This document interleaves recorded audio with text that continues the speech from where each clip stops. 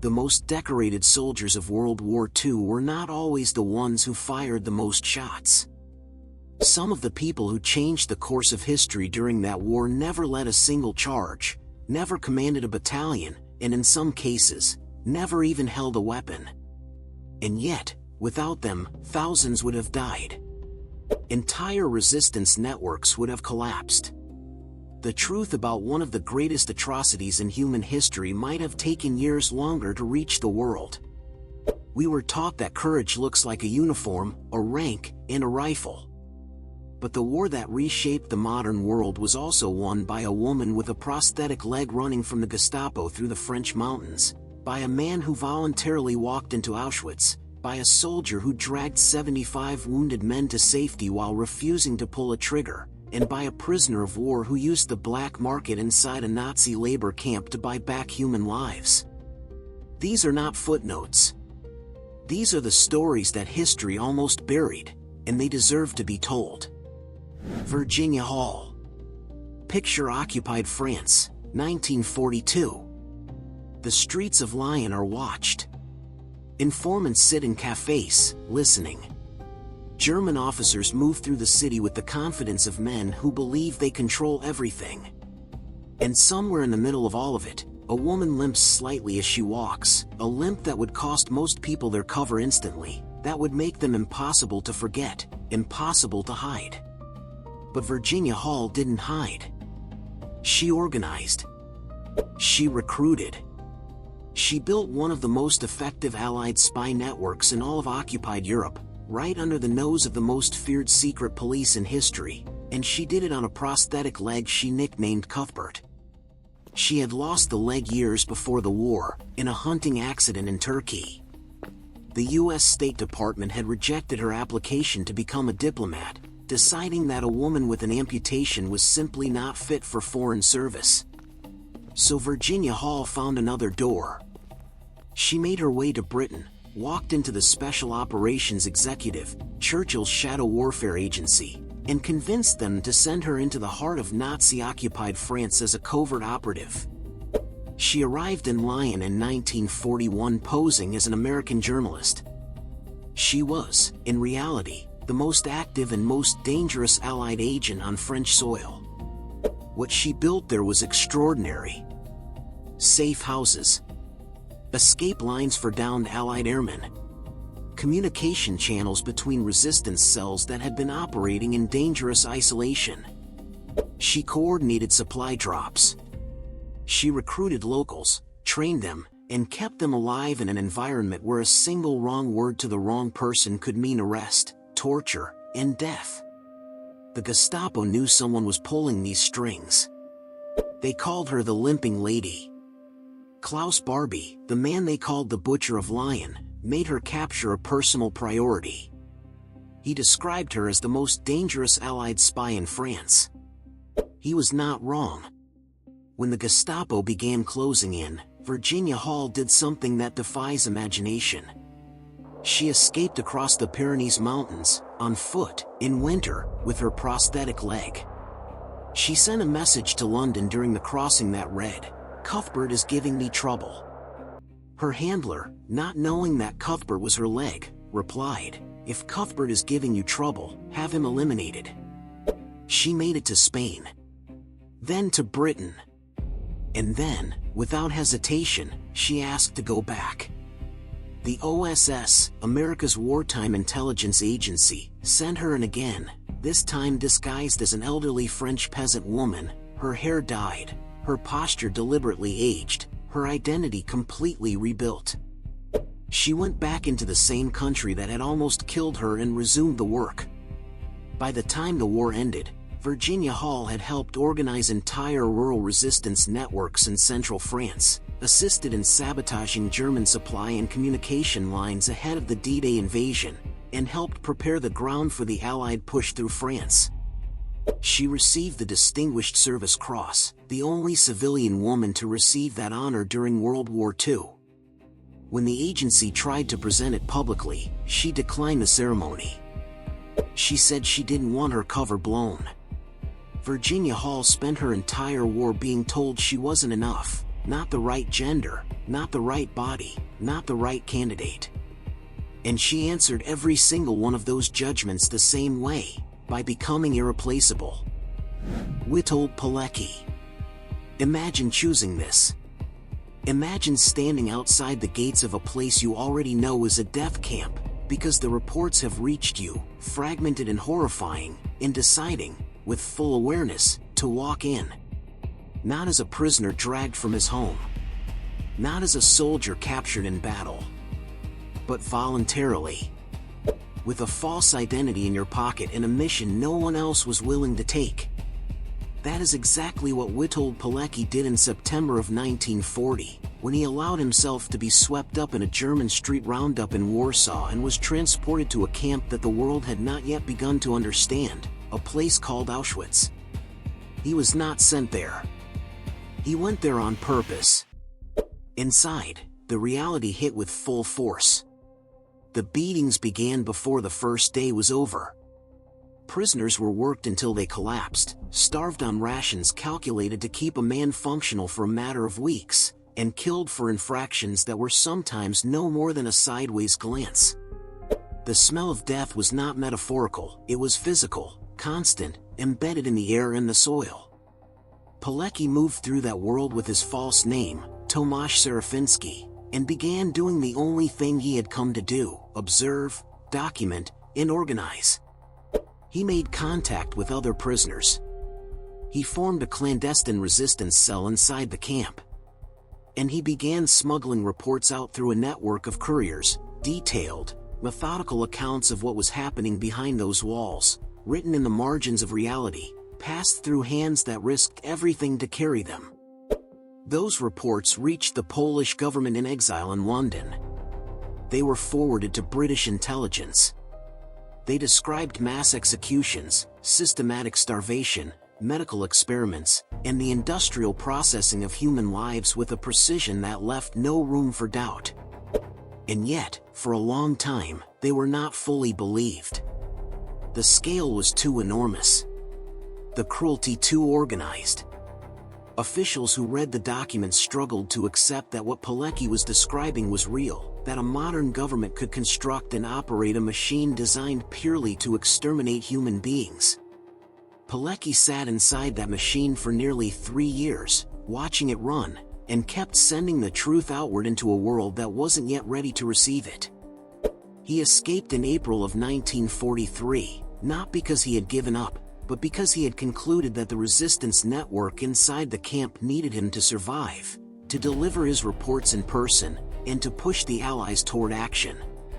The escape itself was a feat of planning and nerve. He and 2 other prisoners slipped away during a night shift at a camp bakery, cut through fencing, and disappeared into the Polish countryside. He walked for days. He reached the home army and immediately began writing a full formal report of everything he had witnessed, a document that became one of the most detailed first-hand accounts of the Holocaust ever compiled. He then volunteered to fight in the Warsaw Uprising of 1944. He survived that too. And here is where history delivers one of its most devastating verdicts. After the war, the communist government that took control of Poland arrested Witold Pilecki. The regime that now ruled his country viewed his loyalty to the Polish government in exile and his ties to Western intelligence as a threat. He was tortured during interrogation. He was tried on fabricated charges of espionage. And in May of 1948, 3 years after the end of the war he had risked everything to help win, Witold Pilecki was executed by the very government that now claimed to speak for the country he had served. He was 47 years old. For decades, his name was erased from Polish history, too dangerous, too inconvenient, too aligned with the wrong side of the Cold War's political lines. It was not until 1990 that he was officially rehabilitated. A man who had voluntarily entered Auschwitz to document genocide for the world had to wait nearly half a century for his own country to acknowledge that he was a hero. If this story moves you, if you believe that people like Witold Pilecki deserve to be remembered, consider subscribing. There are 2 more stories in this video that history almost buried. And they are just as extraordinary as this one. Desmond Doss. They called him a coward before he ever set foot on a battlefield. When Desmond Doss arrived at Fort Jackson, South Carolina, in 1942, he did something that made him an immediate target. He refused to touch a rifle. Not because he was afraid. Not because he wanted to avoid the war. He had volunteered. He wanted to serve. But Doss was a Seventh-day Adventist who believed with complete sincerity that the commandment against killing was not a suggestion, it was an absolute. He would go to war. He would wear the uniform. He would serve as a combat medic. But he would not carry a weapon, and he would not train on Saturdays, which his faith observed as the Sabbath. His fellow soldiers responded to this with open contempt. They threw boots at him while he prayed. They called him a coward, a fool, a liability. His commanding officers tried to have him discharged as mentally unfit. The Army put him through months of pressure, formal hearings, and deliberate humiliation, all designed to break him or push him out.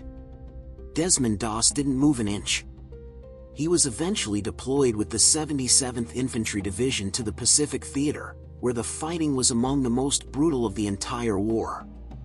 By the time his unit reached Okinawa in the spring of 1945, every man around him knew who he was, the medic who wouldn't shoot back, the soldier who prayed openly, the man they had spent months mocking. What they did not yet know was what he was capable of. The 77th was ordered to scale a 400-foot escarpment the soldiers had named Hacksaw Ridge, a stretch of sheer rock face that opened onto a plateau where Japanese forces were entrenched with ferocious discipline. The climb itself was deadly. What waited at the top was worse. On May 5, 1945, the assault on the ridge collapsed under overwhelming Japanese fire. American soldiers fell across the plateau in waves. The order came to retreat, to pull back down the ridge and regroup. And almost every man did. Except Desmond Doss. He stayed. Alone on that plateau, under continuous fire, surrounded by the dead and the dying, he began moving from body to body, checking pulses, applying tourniquets, dragging men to the edge of the escarpment and lowering them down on a rope he had rigged himself, one by one, through the night. Each time he lowered a man to safety, he prayed the same prayer, "Lord, help me get one more. Just one more." And then he went back. Again. And again. 75 men were brought down from that ridge alive because of what Desmond Doss did alone in the dark. The soldiers who had thrown boots at him in the barracks, some of them were among the men he carried to the edge of that cliff. The officers who had tried to have him discharged watched him receive the Medal of Honor from President Harry Truman in October of 1945, the first conscientious objector in American history to be awarded that distinction. Truman reportedly told him, "I consider this a greater honor than being president." His commanding officer, who had once been among those trying to remove him from service, later said that he was not only the bravest man under his command, he was the bravest man he had ever known. The men of the 77th, who had once voted unanimously to have him transferred out of their unit, ultimately refused to go into battle without him. They would not move until the medic with no gun was confirmed to be at their side. What Desmond Doss proved on that ridge in Okinawa was something that cuts against almost everything we assume about strength, about war, and about what it means to be useful in a moment of total chaos. He did not survive because he was armed. He survived, and saved 75 others, because he was entirely, immovably clear about who he was and what he believed. In a war that demanded men become something other than themselves, Doss refused. And that refusal, which had once been his greatest liability, became the most powerful thing he carried onto that battlefield. He never fired a shot. He never needed to. Charles Coward. Charles Coward did not escape. That is the first thing you need to understand about him. He was a British Army sergeant captured by the Germans in 1940, and by 1943 he had been transferred to a prisoner of war camp adjacent to the Auschwitz-Buna complex, the vast network of forced labor installations built alongside the extermination camp. As a British POW, he held a specific status under the Geneva Convention that gave him a narrow set of privileges: the ability to move between certain areas, to receive Red Cross parcels, and to act as a liaison between German authorities and other British prisoners. Most men in his position used those privileges to survive. Charles Coward used them to run what can only be described as a one-man rescue operation inside one of the most controlled and murderous environments in human history. His first mission began almost immediately after he understood what was happening inside the camp. Coward made contact with Jewish prisoners working in the labor installations and began smuggling food, medicine, and intelligence in both directions. Information about what was happening inside Auschwitz moving outward to the Red Cross and Allied authorities, and supplies moving inward to prisoners who were being systematically starved. He operated through the black market that inevitably forms inside any controlled system, trading Red Cross parcels for access, for silence, and eventually for something far more dangerous: identities. When Jewish prisoners died in the labor camp, their bodies sometimes passed through Coward's access points. He began using those deaths as cover, substituting living prisoners for the dead on the camp's records, effectively erasing men from the Nazi accounting system and replacing them with British POW identities that offered at least a marginal degree of protection under international law. The operation escalated. Coward reportedly bribed German guards to look away at critical moments, negotiated access to areas where he had no official business, and coordinated escapes in which Jewish prisoners were smuggled out of the labor installations under cover of darkness and transferred into the POW compound, where they could be hidden or moved again. Each operation was its own calculation: who could be trusted, which guard had a price, which moment in the camp's daily rhythm offered the thinnest window of possibility. He was working without a handler, without a support network, without any institutional backing. He improvised every single step of it inside a system designed with lethal precision to prevent exactly what he was doing. He was caught. More than once, Coward was brought in for questioning by German authorities who suspected he was involved in activities beyond his sanctioned role. Each time, he talked his way out. His cover was his own audacity. He presented himself as a man operating within the boundaries of his POW status, pushing those boundaries slightly for personal gain through the black market, which the Germans could understand and even tolerate. The idea that a British sergeant was systematically dismantling their prisoner accounting and running a covert rescue network from inside the camp was, in a sense, too bold to be immediately believable. He used their own assumptions as camouflage. After the war, Charles Coward testified at the Nuremberg trials and later at the trial of IG Farben executives who had profited from slave labor at the Auschwitz complex. He was recognized by Yad Vashem, Israel's Holocaust Memorial Authority, as righteous among the nations, an honor given to non-Jews who risked their lives to save Jewish people during the Holocaust. Estimates of how many prisoners he helped rescue vary, but the number consistently cited reaches into the hundreds. He was a man who had every reason to keep his head down, serve his time as a POW, and return home alive. Instead, he looked at the machinery of the Holocaust operating 50 yards from his compound and decided that his small window of access was enough. Enough to act. Enough to push back. Enough to pull people out of a system that had been engineered to make escape impossible. He found the cracks, and he filled them with human lives. There are stories from World War II that never made it into the classroom, and this channel exists to tell them.